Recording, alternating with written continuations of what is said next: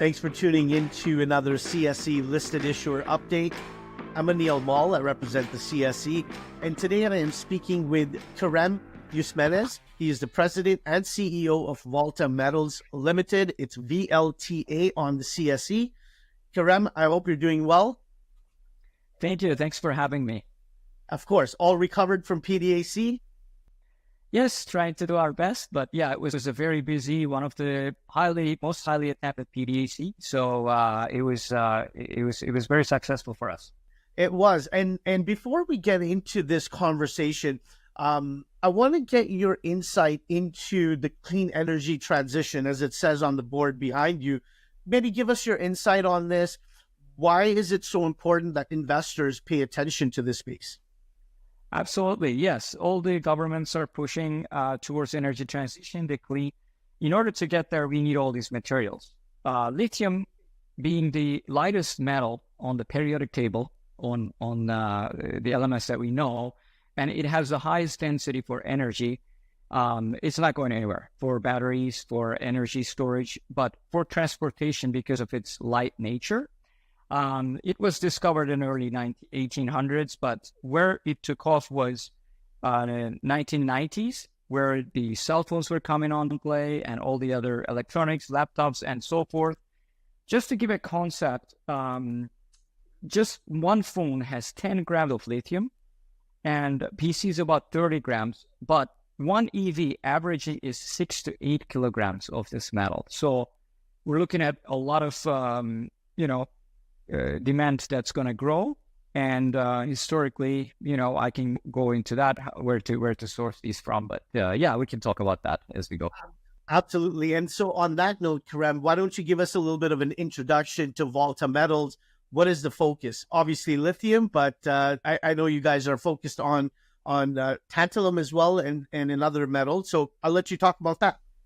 Yes. So we are a hard rock lithium deposit focused exploration company, mainly in Northwestern Ontario. Well, all of our projects currently are in Northwestern Ontario. We wanted to focus in hard rock because historically lithium was sourced from brines, and you look at all the biggest producers are, South America mainly, because they have the brines. Now, we didn't explore for lithium in Canada until recently. Now, there's so much potential in Eastern Canada. We're coming up with really good discoveries in Quebec and Ontario.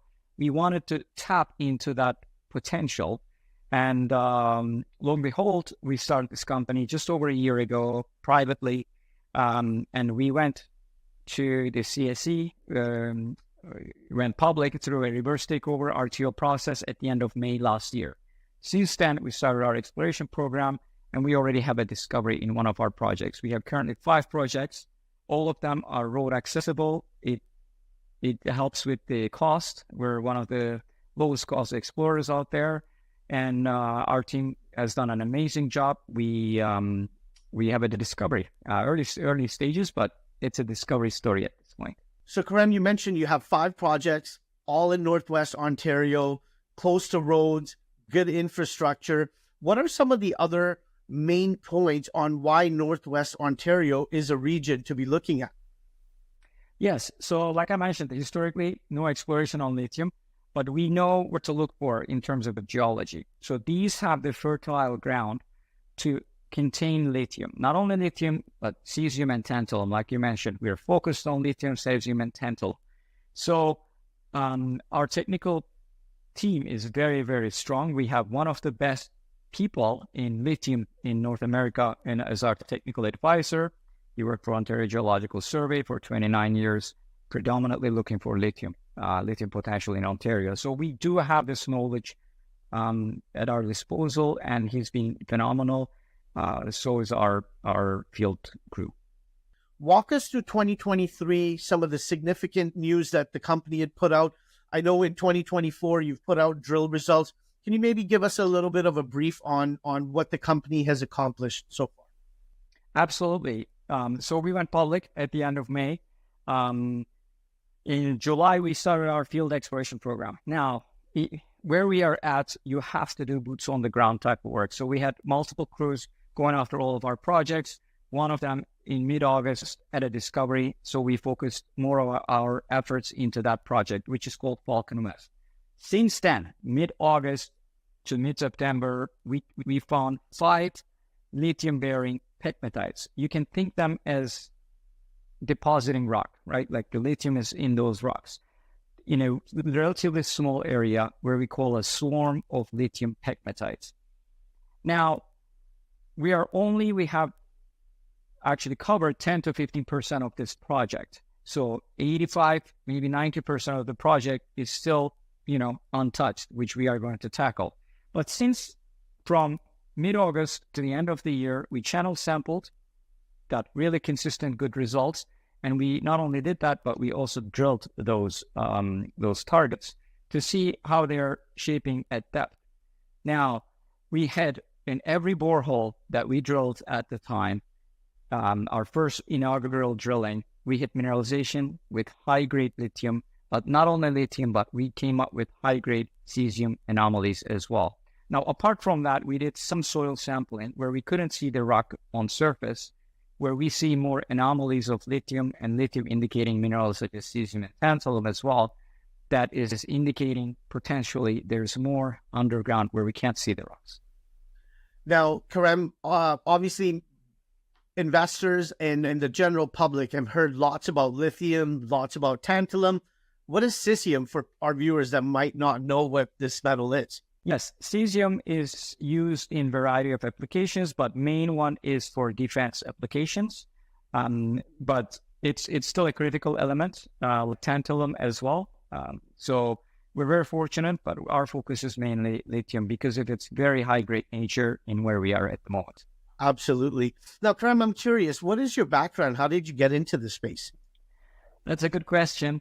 I'm a geological engineer. I worked in all aspects of mining. I started with exploration, did a lot of exploration, worked with Inco production. Rock mechanics is my master's and my specialty. So I did that for a while, consulting with projects across Canada as well as South America.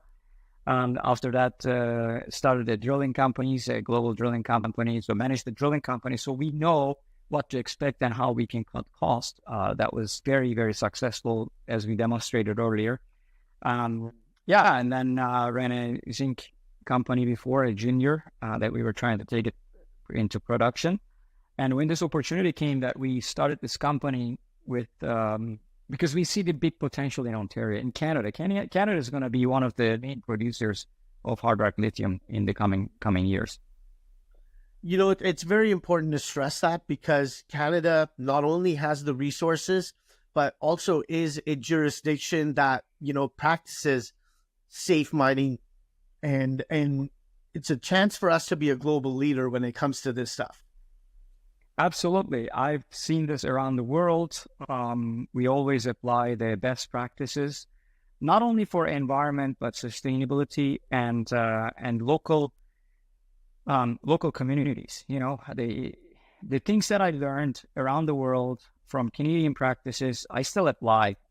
We still need to improve a lot of areas, but we are fortunate enough with working with really, really good communities in our areas. We are working with our First Nation partners. I call them partners because we have the same goals: respect the environment, respect the people, while benefiting from what the nature offers for all of us. Well said, Kerem. Now, obviously, a good jurisdiction, background, drill results coming up, 5 projects. I want to talk a little bit about some of your key team members because, as we all know, the success of any company relies strongly on the team that they surround themselves with. You want to mention some of your key team members that you've brought on board to make sure that this is a success? Absolutely. Our field crew is 100% Thunder Bay base. It's drivable for hours from Thunder Bay. Basically, you're standing on one of those lithium-bearing rocks that we have. Apart from that, I already mentioned Dr. Fred Breaks, who's our technical advisor. He's been instrumental on every step of the way. Our board is a very well-functioning board. Our chairman, Mark Cruz, he has PhD as well in geology, and he started junior companies, built them into multi-billion-dollar companies with producing mines. And our other board members, like Mike Hoffman, did that many times, started companies, billion-dollar companies, grew into production. He's a mining engineer. We have Saga Williams. She's a corporate lawyer, but she's also part of the Curve Lake First Nation, and she manages the federal body that is Major Project Coalition for First Nations. We have a very good board that everybody brings something to the table, and we work as a team. It's definitely a teamwork, like you mentioned. All of our success is shared with all of our efforts, basically. Kerem, as you mentioned earlier, you've got some drill results out on a small portion of the Falcon West property, but you have four other projects, I should say. Other than that, what's next for you and your team in 2024? Are there any milestones our viewers can look out for in the coming months? Absolutely. That's a great question. So our results that came with high-grade lithium is from our Falcon West, which we only, like I said, a small portion of it we just screened. We're going to continue to generate targets there. We already have high, low-hanging fruit that we need to go after, that we need to expand from where we are. That should be pretty straightforward. But apart from that, we're going to come up with more field work, with more targets to go after. So that is the high-grade one that we know we can achieve this year, which we will. And the other ones, we're still in the early stages, but we have lots of work in the field that we need to do to come up with projects, come up with targets. But we are pretty confident that we are going to find more. We're going to come up with more targets to follow up later this year. Kerem, we always encourage our viewers to go to your website, read up on your projects, your background, the team members that you've assembled. Where would you like to direct our viewers to go? Obviously, read up on the company, but we also encourage them to sign up for your press releases, newsletter, so they can keep up with your progress as you move forward. 100%. Our website is voltametals.ca. My contact information is there, the phone number, email. I'm always available. I love talking, as you might already notice, about this stuff. But we're also on social media. We are on LinkedIn and Twitter, pretty active, Volta Metals. So yeah, anytime. I'll be happy to talk, or like you said, they can find our presentation and more information on our website as well. Kerem, I look forward to hosting you on in the next few months here as you come up with more results that we can talk about and put in front of our audience. To our viewers, you've been listening to Mr. Kerem Usenmez. He is the president, CEO of Volta Metals Ltd. It's a VLTA. And Kerem, I really appreciate you taking the time to educate myself on this topic a little bit. And I look forward to hosting you on again. Likewise, it was a pleasure.